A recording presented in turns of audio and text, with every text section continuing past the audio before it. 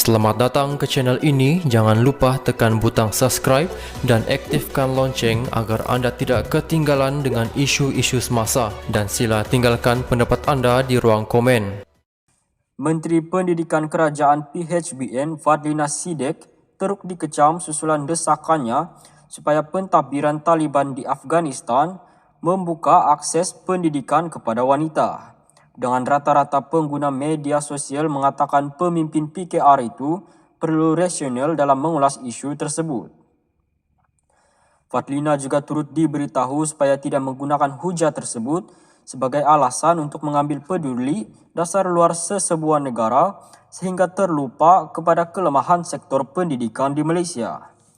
Ini susulan arahan Kementerian Pendidikan Afghanistan beberapa hari lalu yang menggantung kemasukan pelajar wanita ke universiti awam dan swasta secara serta-merta selepas diputuskan oleh Kabinet negara tersebut menurut Malaysia Now. Sebagai reaksi, Fadlina berkata sekatan yang dikenakan terhadap golongan tersebut hanya akan melebarkan jurang daya saing selain menjejaskan status ekonomi dan sosial. Bagaimanapun, rata-rata pengguna media sosial pula menggesa Fadlina supaya berpijak di bumi yang nyata. Mereka berkata kenyataan Fadlina berbunyi cita-cita tinggi kerana masalah berbangkit dalam isu pendidikan negara masih belum menemui penyelesaiannya.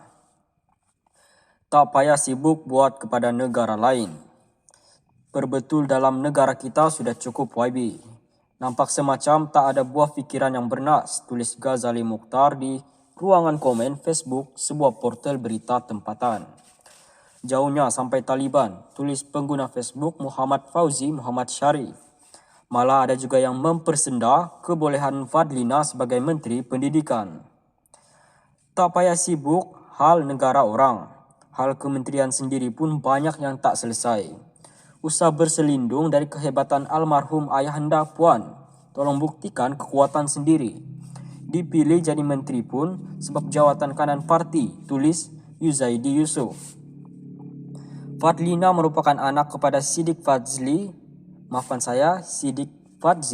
yang merupakan bekas pemimpin tertinggi Angkatan Belia Islam Malaysia ABIM. Terdapat juga pengguna media sosial yang meminta Fadlina menumpukan terhadap pendidikan golongan wanita di Malaysia. Anda sibuk pasal Taliban? Anda tahu ke berapa ramai pelajar perempuan di Malaysia tak dapat melanjutkan pelajaran kerana kos yang tinggi dan masih ramai perempuan yang buta huruf? Tulis Denny Iskandar. Sementara itu, terdapat juga komen-komen pengguna media sosial yang dikesan menggesa menteri itu menyelesaikan jurang perkauman yang semakin meruncing disebabkan dasar pendidikan yang membenarkan sekolah berasaskan kaum. Belum masanya untuk cerita pasal negara lain. Cerita dulu bab negara kita pasal sekolah vernakular, sekolah tahfiz dan isu budak-budak tak minat pergi sekolah, kata Nur Muhammad. Nak hapus sekolah vernakular pun tak berani. Isu iktiraf UEC pun diam. Kelakar, tulis Fake Wisdom. Selain itu, ramai juga yang mempersoal sama ada kenyataan Fadlina itu akan dibaca oleh para pemimpin kerajaan Taliban di Afghanistan. Jauhnya sembang, Taliban baca ke berita ni, kata Ismail Muhammad. Wow, dia sudah mendesak guys. Harapnya Taliban dengar dan akur, tulis Ramzuk Hanif. Fadlina dinamakan sebagai Menteri Kanan Pendidikan oleh Perdana Menteri Anwar Ibrahim pada 2 Disember lalu.